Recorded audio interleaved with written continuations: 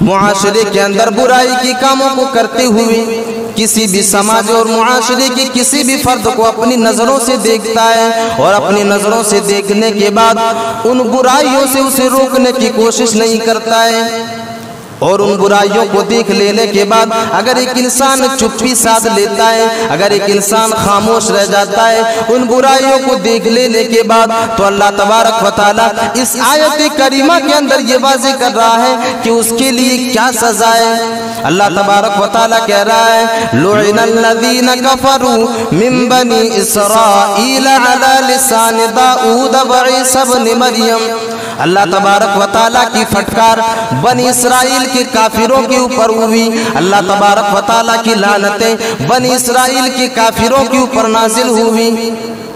اور اللہ تبارک و تعالیٰ کہہ رہا ہے علی لسان داؤد وعیسی ابن مریم۔ اللہ تبارک و تعالیٰ نے صرف کافروں کے اوپر لعنتیں نہیں برسائی، بلکہ اللہ تبارک و تعالیٰ نے داؤد علیہ السلام کی زبانی بھی اس قوم کے اوپر اللہ تبارک و تعالیٰ کی نازل کی بد دعا بھی کروائے۔ حضرت عیسیٰ علیہ السلام کی زبانی بھی ان کافروں کے اوپر اللہ تبارک و تعالیٰ کی نازلیں برسائی گئی، لعنتیں برسائی گئی۔ کن لوگوں پر اللہ تبارک و تعالیٰ نے اس آیت کریمہ کے اندر تین چیزوں کو واضح کیا ہے کہ آخر بنی اسرائیل کی کافروں کے پر اللہ تبارک و تعالیٰ کی لعنتیں کیوں نازل ہوئی، ان قوموں کے اوپر اللہ تبارک و تعالیٰ کے پھٹکار کیوں نازل ہوا۔ اللہ تبارک و تعالیٰ کہہ رہا ہے ذالک بما عصوا وکانوا یعتدون، ان لوگوں کے اوپر میں نے لعنت اس لیے برسائی ہے، ان قوموں کے اوپر میں نے پھٹکار کو اس لیے جو ہے ان کے اوپر نازل کیا ہے، میں نے داؤد علیہ السلام کی زبانی ان کے اوپر لعنت اس لیے کروائی ہے، میں نے عیسیٰ علیہ السلام کی زبانی بنی اسرائیل کی کافروں کے اوپر اس لیے لعنت کروائی ہے۔ ذالک بما عصوا وکانوا یعتدون۔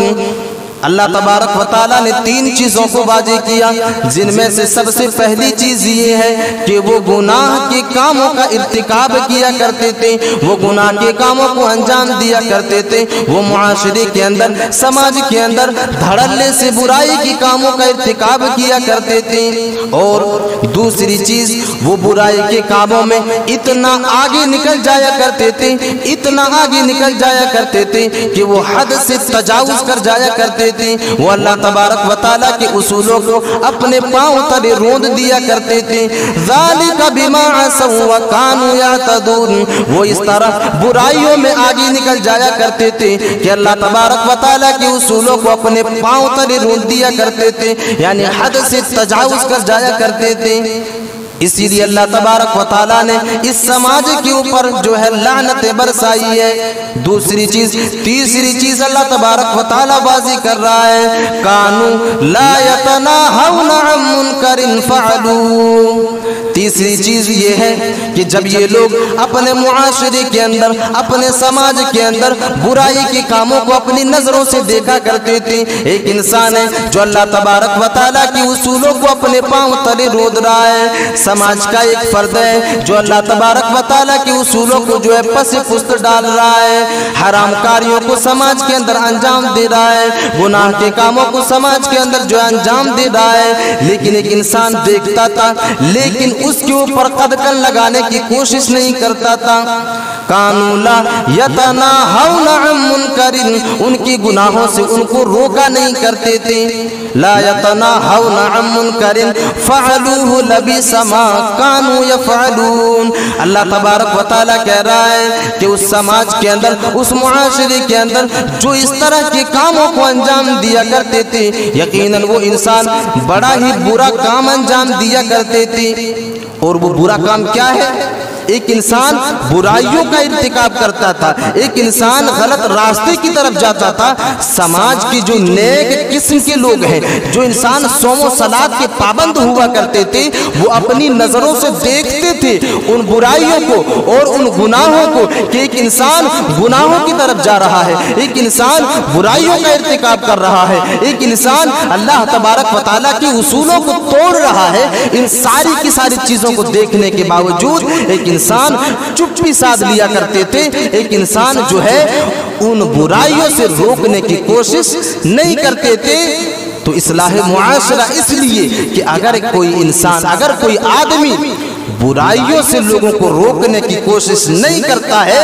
تو جس طرح گناہ کرنے والے لوگوں کے اوپر اللہ تبارک و تعالیٰ کی لعنت نازل ہوگی، بالکل اسی طرح جو انسان برائیوں کو دیکھنے کے بعد ان کو روکنے کی کوشش نہیں کرتا ہے ان کے اوپر بھی وہی سزائے مسلط ہو۔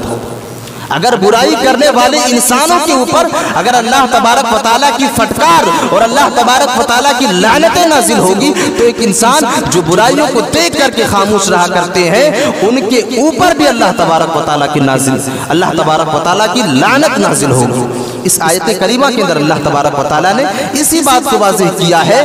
کہ یہ لوگ جو ہے برائیوں کو اپنی نظروں سے دیکھتے تھے، لوگ جو ہے غلط راستے کی طرف جا رہا ہے اپنی نظروں سے دیکھا کرتے تھے لیکن ان سے روکنے کی کوشش نہیں کیا کرتے تھے۔ یہی وجہ ہے کہ ان بنی اسرائیلیوں کے اوپر جو ہے ان کافروں کے اوپر اللہ تبارک و تعالیٰ کی لعنتیں نازل ہوئی۔ اس کی دوسری دلیل حضرت جابر رضی اللہ تعالی عنہ بیان کرتے ہیں، سنن بہقی کی روایتیں اللہ کے نبی صلی اللہ علیہ وسلم بیان کرتے ہیں کہ ایک مرتبہ اللہ تبارک و تعالی حضرت جبرائیل علیہ السلام کو حکم دیتا ہے، ایک مرتبہ اللہ تبارک و تعالی حضرت جبرائیل علیہ السلام کو یہ حکم دیتا ہے کہ فلاں بستی کی طرف جاؤ اور اس بستی کو جو ہے ان کے باسیوں سمیت الٹ دو، پلٹ دو، اس بستی کو تہس نہس کر دو۔ میرے عزیز ساتھیوں، اللہ کے نبی صلی اللہ علیہ وسلم فرماتے ہیں کہ حضرت جبرائیل اللہ تبارک و تعالیٰ کے اس حکم پر کلام کرتے ہیں اور کہتے ہیں کہ پروردگار عالم، جس بستی کی طرف آپ مجھے بھیج رہے ہیں کہ اس بستی کو ان کی باسیوں کے سمیت ان کے معاشرے کے اندر جو لوگ ہیں ان سارے کے سارے لوگوں کے سمیت اس بستی کو پلٹ دیا جائے، اس بستی کو الٹ دیا جائے، اس بستی کو تہس نہس کر دیا جائے۔ پروردگار عالم، اس بستی کے اندر ایک ایسا انسان بھی موجود ہے، اس بستی کے اندر ایک ایسا فرد بھی موجود ہے، اس بستی کے اندر ایک ایسا آدمی بھی موجود ہے جو پروردگار عالم ایک سیکنڈ کے لیے بھی آپ کی نافرمانی نہیں کرتا ہے، ایک سیکنڈ کے لیے پروردگار عالم وہ آپ کی نافرمانی نہیں کرتا ہے۔ پروردگار عالم آخر آپ اس بستی کو الٹنے کا حکم کیسے دے سکتے ہیں؟ کیونکہ اس معاشرے کے اندر، اس سماج کے اندر ایک نیک انسان بھی موجود ہے۔ اللہ کے نبی صلی اللہ علیہ وسلم فرماتے ہیں کہ اللہ تبارک و تعالی حضرت جبرائیل علیہ السلام کو دوبارہ حکم دیتا ہے کہ اے میرے فرشتے، جاؤ اس بستی کو اس نیک انسان کے سمیت الٹ دیا جائے، اس بستی کو جو ہے اس نیک انسان کے ساتھ ہی تباہ و برباد کر دیا جائے، اس بستی کو جو ہے اس نیک انسان کے سمیت ہی الٹ دیا جائے۔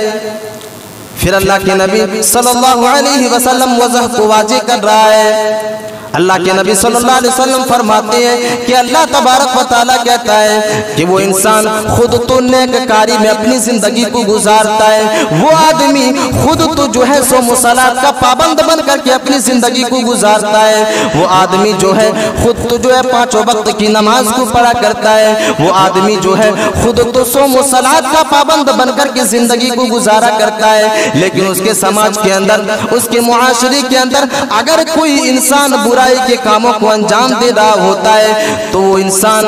جو ہے ان کے چہرے پر اللہ تبارک و تعالیٰ کے اصولوں کو توڑنے کی وجہ سے اس کے چہرے کے جو رنگ کوئی تغیر نہیں ہوا، اس کے چہرے کا رنگ کبھی بدلا نہیں، یعنی اس انسان نے کبھی اپنے سماج کے لوگوں کو جو ہے نیکی کی طرف دعوت نہیں دیا، اپنے سماج کے لوگوں کو بھلائی کی طرف نہیں بلایا، اپنے معاشرے کے لوگوں کو برائیوں سے روکنے کی کوشش نہیں کی۔ اسی لیے اللہ تبارک و تعالیٰ نے حضرت جبرائیل علیہ السلام کو حکم دیا کہ اے میرے فرشتے، جاؤ سماج کے اندر، جاؤ اس بستی کے اندر اور اس نیک انسان کے سمیت ہی اس بستی کو الٹ دیا جائے، اس نیک انسان کے ساتھ ہی اس بستی کو تہس نہس کر دیا جائے۔ میرے عزیز ساتھیوں، اس حدیث کے اوپر غور و فکر کریں، اس اثر کے اوپر غور و فکر کرنے کی کوشش کریں۔ ایک انسان جو ہے سماج کے اندر 100 صلات کا پابند بن کر کے اپنی زندگی کو گزار رہا تھا، لیکن کیا ہوا؟ اللہ تبارک و تعالیٰ نے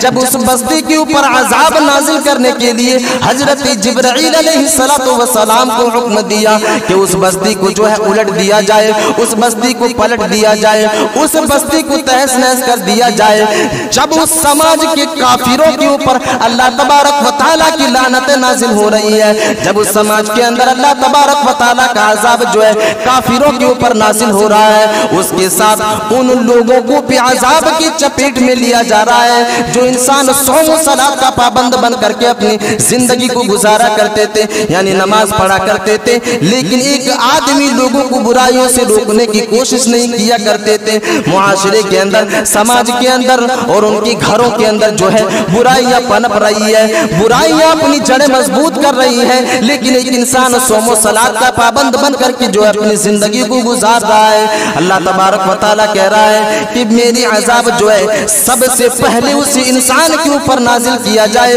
جو انسان خود اپنی فکر کرتا ہے اور اپنے سماج کا فکر نہیں کرتا ہے، معاشرے کے لوگوں کا فکر نہیں کرتا ہے۔ اگر ایک انسان برائی کی طرف جا رہا ہے، ایک آدمی برائی کی طرف جا رہا ہے، تو اسے برائیوں سے روکنے کی کوشش نہیں کرتا ہے، ان کی غلط کاموں کے اوپر جو ہے قدغن لگانے کی کوشش نہیں کرتا ہے۔ تو اللہ کے نبی صلی اللہ علیہ وسلم نے اس کے اندر یہ بیان کر دیا کہ ایک انسان کے اوپر، ایک آدمی کے اوپر گناہوں کی وجہ سے اگر اللہ تبارک و تعالیٰ کی عذاب اور اللہ تبارک و تعالیٰ کی پھٹکار اور اللہ تبارک و تعالیٰ کی لعنتیں نازل ہوگی، تو اس کے ساتھ ساتھ ان لوگوں کے اوپر اللہ تبارک و تعالیٰ کی لعنتیں نازل ہوگی جو لوگ برائیوں کو دیکھ کر کے معاشرے کے اندر خاموش رہا کرتے تھے۔